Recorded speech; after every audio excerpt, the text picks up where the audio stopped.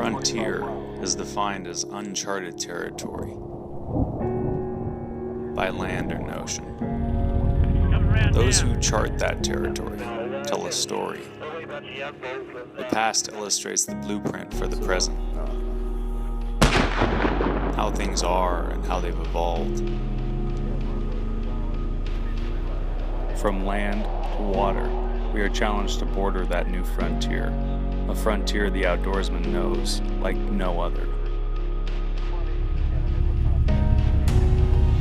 Author Gary Lewis works his way along that edge of where discoveries, failures, and achievements have written the story of the sportsman. Yes!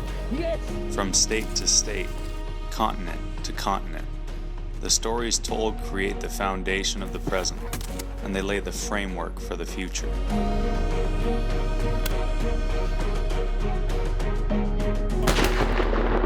Through the muzzle fire and on the stone are stories from the edge.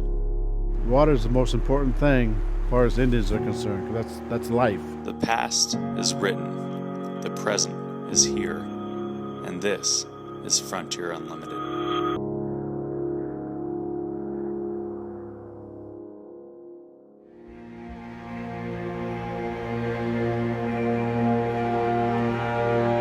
The family came here just before the turn of the century, 118 years ago, and my great-granddad was from Denmark, and he built this house temporary till he made enough money to build a better one for my great-grandmother. He never made enough money to build a better one. and my kids are the 5th generation that's been surviving on this land out here. There are a lot of reasons why someone might have rolled an Indian motorcycle into a dry well on a farm out in the wheat fields north of Shaniko. Imagine you're a farmer, and you want your son to grow up to take over the farm after you're gone. That Indian motorcycle looks like trouble. Last year, while scouting one of the private lakes at Justison Ranches near Grass Valley, Lewis caught something in a conversation and had John Justison repeat it. My grandpa told me he rolled an Indian motorcycle into a garbage pit after World War II. John Justison said, "I've been waiting to dig it up ever since." That was 50 years ago. There are a lot of reasons why a person might want to dig up an Indian motorcycle. Today, a pre-war Indian motorcycle could bring $14,000 or more. On eBay, a parts bike without a motor is going for $2,400. Lewis told Justison he'd help him dig it up. If you've ever stood around kicking dirt with a farmer, you know there are times when a shovel will bite into Eastern Oregon dirt and when it won't. And there are days when trout haven't seen an artificial fly for half a year or more. What could be a finer day than a day in May? Lewis said he'd bring the shovels and enthusiasm for old motorcycles and strong backs, army guys on Harleys and fly rods.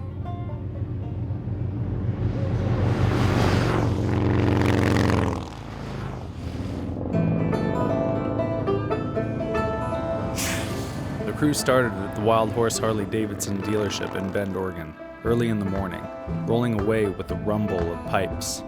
One guy on each bike, except for Matt Palmer, who had Anita, soon-to-be Palmer, riding on the back.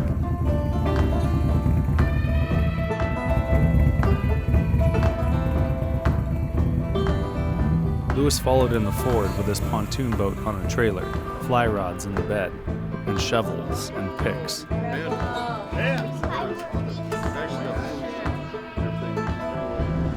Bill Herrick, Ron Peterson, and his daughter Melissa rode north with Lewis, 6 bikes and 2 trucks in the convoy.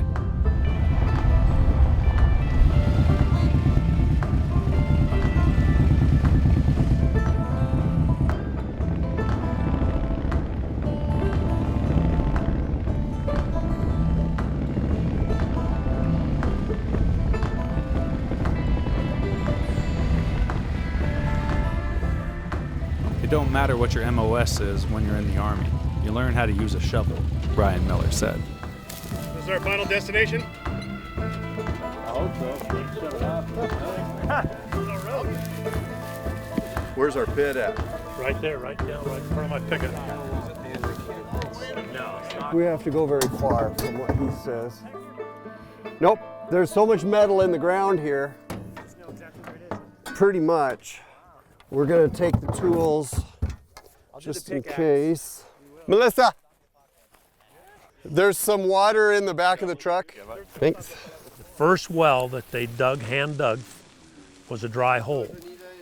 And then they moved on down this draw and dug another well, and they found water. And then the well that they had dug that was dry, they went ahead and filled it full of cans and bottles and just filled it up with junk. In those days, they didn't have waste management out here. That's a wagon tire. Wow, that's in good shape. Yeah. Don't want to fit. He said when they filled this old dry hole in, they dumped an Indian motorcycle down there. When did the Indian motorcycle? 1902? 1897. It was a bicycle company. Okay. Oh, they were the first. I have to go run the wire cutters. He's from Australia. I think you might have to- Everything's upside down and backwards back here. I couldn't get it to work either, and I've been That's an old for a while.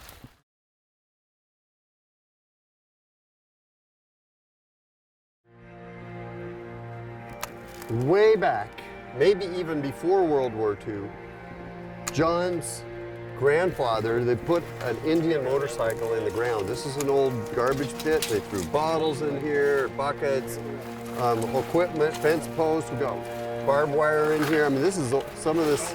We could find some old barbed wire in this pit. But down in the bottom of this somewhere is an Indian motorcycle, and so we're just going to see if by force of will and tools and gloves and wire cutters we can get it out of there. Some harness of some sort. Put that in the pile of interesting things. My great-granddad's the one that got started here, and then my granddad was raised here. And when I was growing up in grade school, there was a lot of Model Ts here, and my theory is that they took a lot of them to keep one going.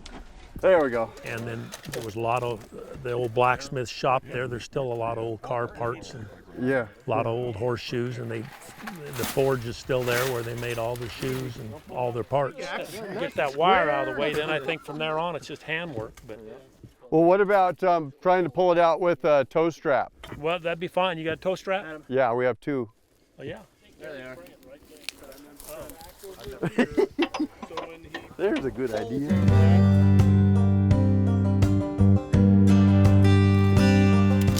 I think this looks like a plan. This looks good. There's going to be a lot of stuff coming out of there in just a couple minutes. I think we're all going to back up.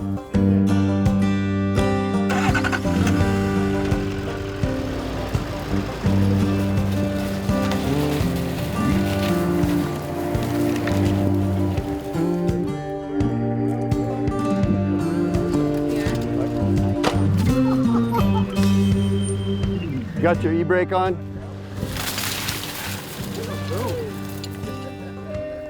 There's still quite a bit more in there, but good gosh, we got most of it. Is that a handlebar? That's a big beach. Those beach bar handlebars.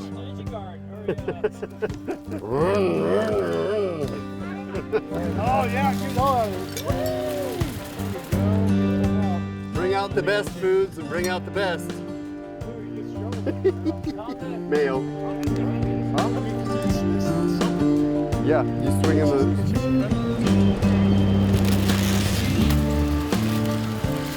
It just comes right out. What are these? Gaskets. There is so much barbed wire.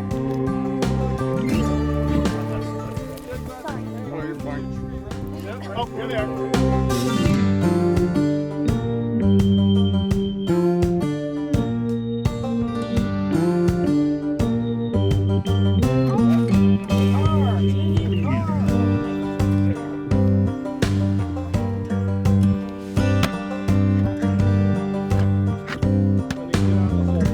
They'd pulled out fence posts, barbed wire, and tire chains.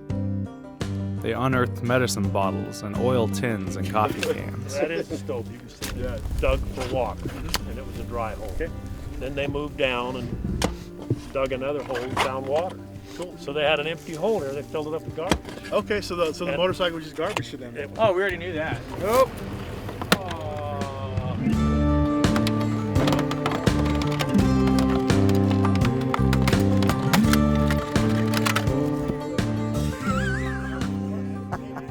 Now it'll be easier to fold.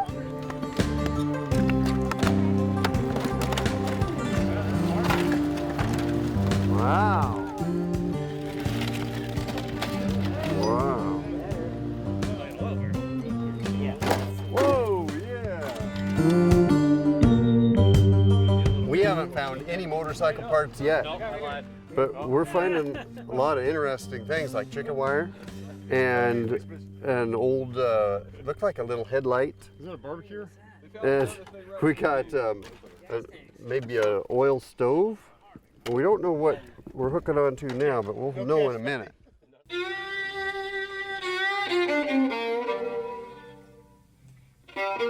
I don't know what I got here, but it's hinged on one side.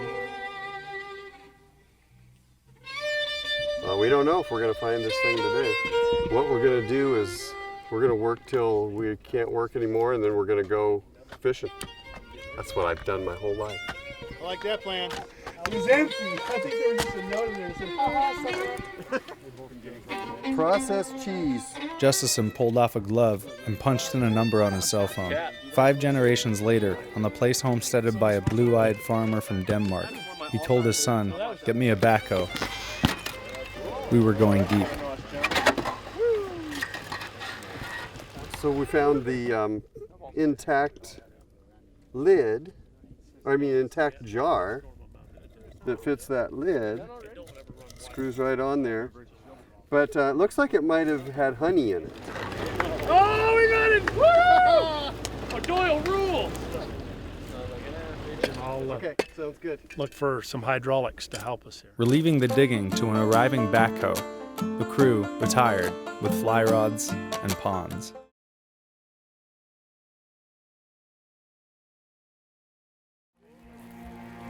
The family came here just before the turn of the century, 118 years ago.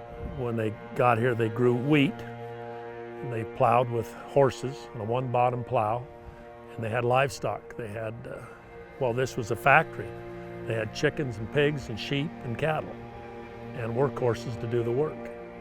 I think it was tough, and my granddad raised 5 boys here, and he would take his hack and his horse and go to Kent and work in the lumber yard at Kent and unload trains for lumber, and then come home on the weekend and farm. But the boys were doing the chores on the ranch here, and I don't know how they survived. Very carefully, I think. I lived here, my family lived here for a while when I was in grade school. And before that, I had an uncle that lived here. And this house has not been lived in since the early 60s. It was the last time anybody lived here. As you can see, the road getting in here is pretty tough. It's a horse and buggy road.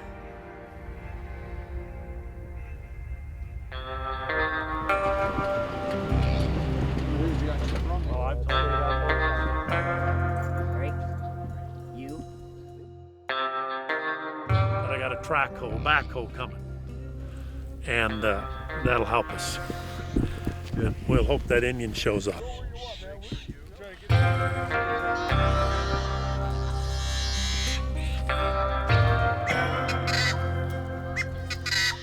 Built to protect steelhead spawning habitat and control flooding, little check dams can be found on the little seasonal creeks.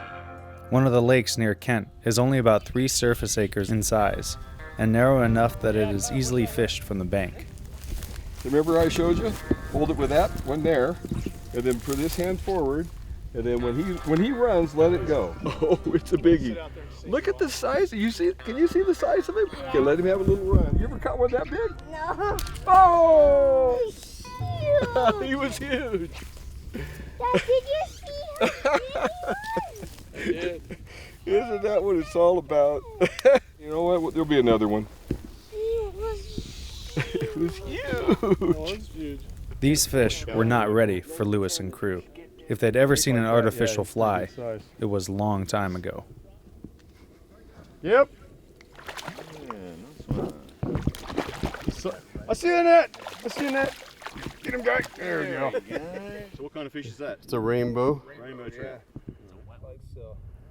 Then you just hold it in your hands. Now put the net down. Let it swim away. Nice one. Good job.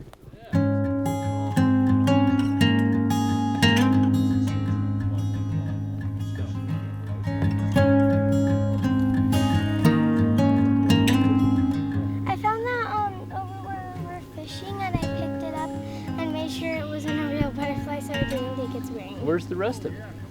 It was just a Probably in the fish's belly right now. Across the pond, fish surfaced along a wall of cattails.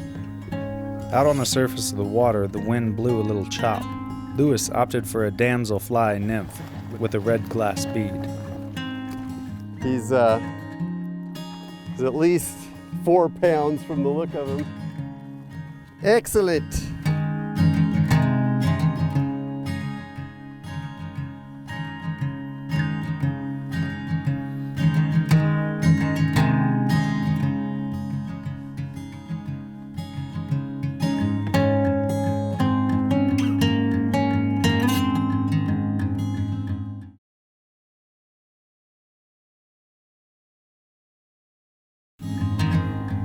Anita was learning.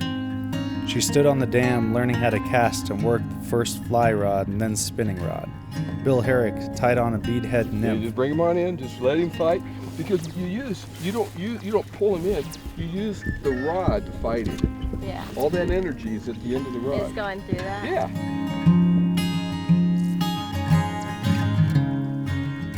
She reeled and let the fish run and reeled again. This was the first fish of her life.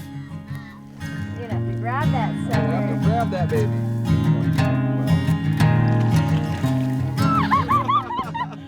You don't have to hold him. You don't have to hold him. Just look at him. Look at that nice fish. I'm not scared of it at all. I'm not scared of it. I'm only back 3. Okay. I know it's just a fish. Oh, there he goes. He's gonna be fine. Good job. Yeah, good job. Boy, That was fun. not happy you got that on camera. You scream like a girl.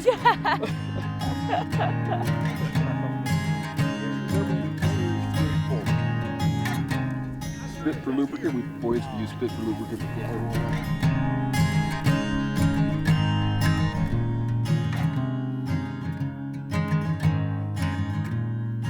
But I'm not going to be able to horse him in. Right, okay, I'll do the netting. I hate to tire him out that much. Yeah. Oh, yeah. I told you, it's a toad. That's the fish you came for right there. There you go, lift it up high. Lift your rod up high, there you go. Not too much, but just enough to keep his head out of that grass.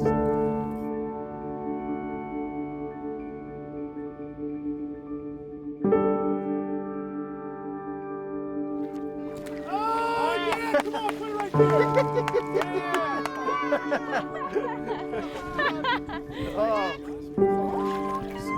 There you go. There you go. Hold it like that. That's the way.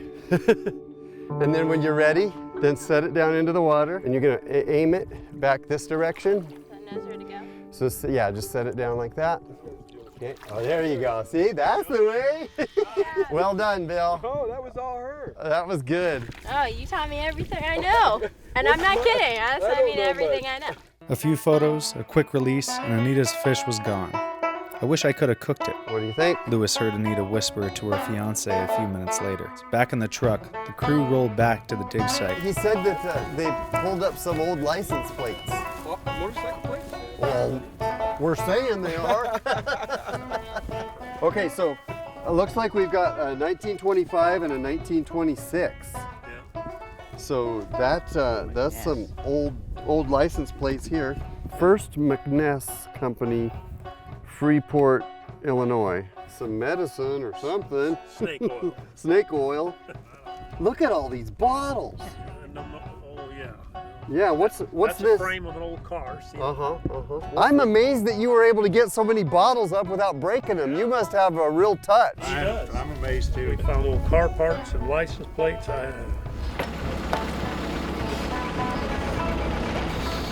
There's a wheel down there. Look at that. Our wheel. Look at that wheel.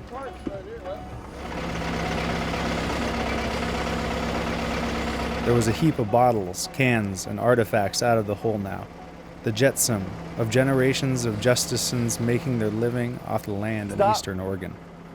Lewis rode the bucket down into the hole and climbed out in the wet dirt at the bottom. It was a wheel, but it was not a motorcycle wheel. A done deal and ride back up. So they got down, put down it, and started to see the shot rock. We could call it a motorcycle wheel. I don't think so. Well, we could go And deeper. obviously, it's down where it'll be completely disintegrated. Yeah. If it's in there. It's too deep. Yeah, but I think we could keep going down and we keep finding stuff for a little while longer. Another day. Yeah, The mystery is not solved. that's right.